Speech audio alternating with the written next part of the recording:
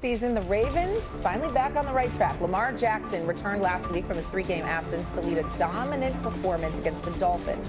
Now Baltimore will look to continue their win streak against the Vikings, who upset the Lions in Week 9 after getting their own quarterback, J.J. McCarthy, back from injury. And so, are you concerned that the Ravens will get now upset, though, by the Vikings? This game's not in Baltimore. RC, what do you think? You know what? I am concerned. I don't believe it'll happen, but you have to be concerned. When you watch the film of what Brian Flores was able to do to Jared Goff last week, it was absolutely phenomenal. The pressure he put on him in the middle of the pocket, making Jahmyr Gibbs a blocker instead of someone that releases on third down. It was a masterful performance by him.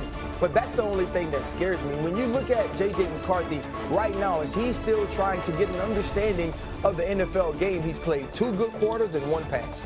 That's what we've seen from him. And so now with Kyle Hamilton moving closer to the line, Zach Orr really figuring out how to use him as a chess piece, and the acquisition of Alohi Gilman, this defense has been on the rise for the last 3 weeks. And I think J.J. McCarthy just still isn't in a place right now to attack them or Lamar Jackson, who has a stellar record against NFC teams. Stephen A? Maybe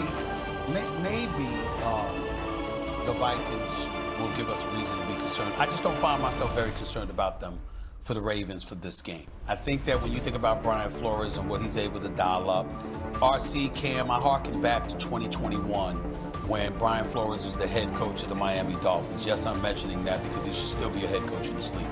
But I'm thinking about him, and I'm thinking about how he dialed up the blitz against Lamar Jackson and made life living hell for Lamar back then.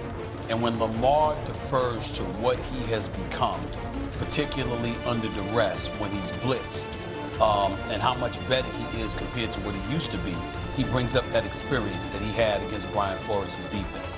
So he's familiar with this man and how this man is going to bring the rain and going to bring the heat. And Lamar Jackson's a better quarterback because of it.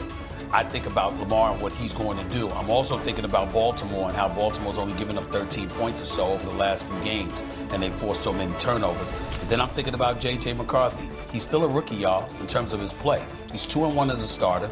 He's only completed 58% of his passes, which is lowest amongst, quarterbacks with at least 3 starts. Only 4 touchdowns, 4 interceptions, 14 sacks, which is the worst sack percentage among quarterbacks with a minimum of 3 starts.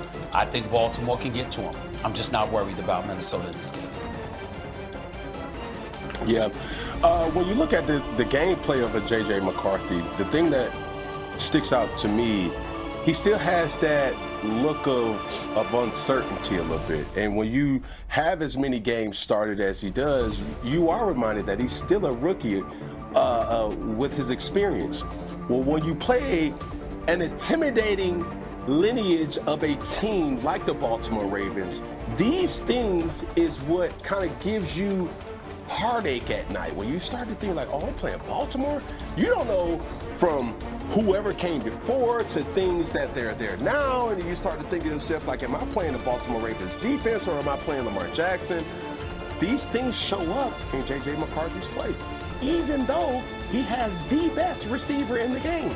And even that has been something that's been kind of a head scratcher because his numbers have dropped dramatically, this particular year. So I'm not worried that the Minnesota Vikings can potentially, give the Baltimore Ravens an upset, even though the record, will say anything different. I'm just expecting the Baltimore Ravens to take this game and other games moving forward to really find their footing and their traction as the season goes on. I mean, we still have to remember, as the team, not just J.J. McCarthy, as the team, the Minnesota Vikings went into Detroit and won the game. Yep. That's an extremely difficult place to do so. And so to just think that all the problems of the Baltimore Ravens are fixed automatically right now, I think that's a bit presumptive. And so, yes, the Baltimore Ravens have to go play their best ball to get this win in Minnesota. It feels like the defense is fixed, though. For the first 5 games, that defense was the worst in the NFL. The last 3 games, they've only allowed 1 passing touchdown, so they're going in the right direction.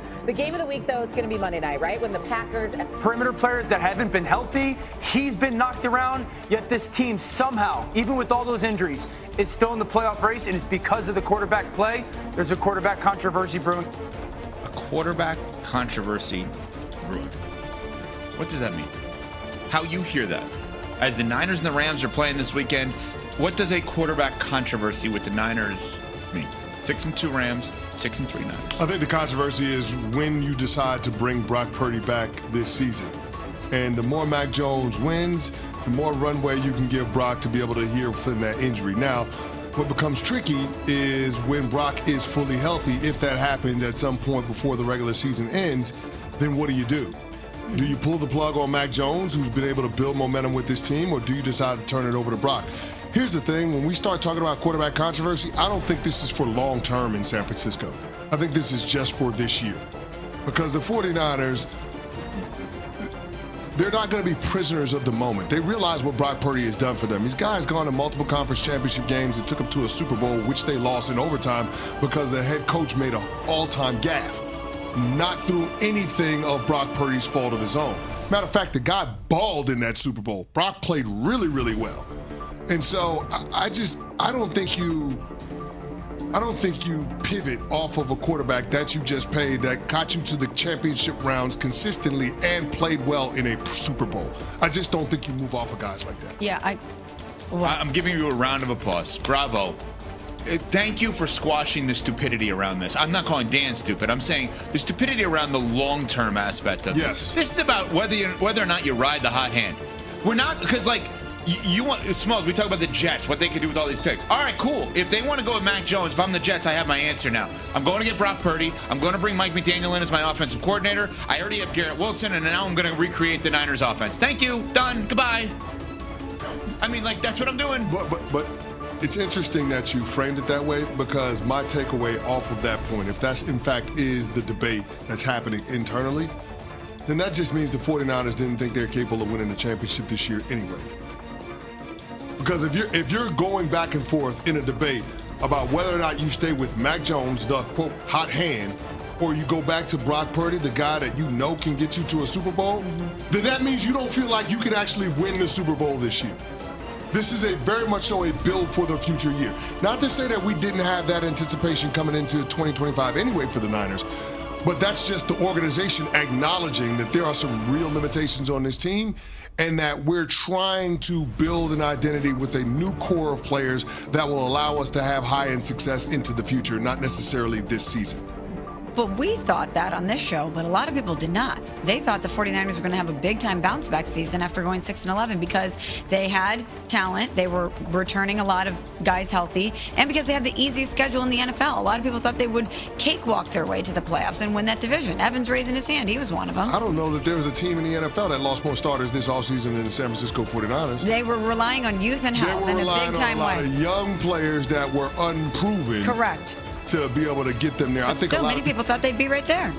I think people were bullish on the 49ers because they had the easiest strength of schedule coming into this season. And they didn't think that Kyle Shanahan will have back-to-back seasons with double-digit losses. But a lot of those people, in addition to the strength of schedule and their belief in Kyle Shanahan, picked the 49ers in that manner because of Brock Purdy. He just got paid. They realized that he has taken them to a Super Bowl. And as you mentioned, it was not his fault that they lost the Super Bowl. So they thought if he's getting paid like a guy to elevate those around him, maybe he can do that. And I don't think it's a controversy either. Now, if it was this time last year,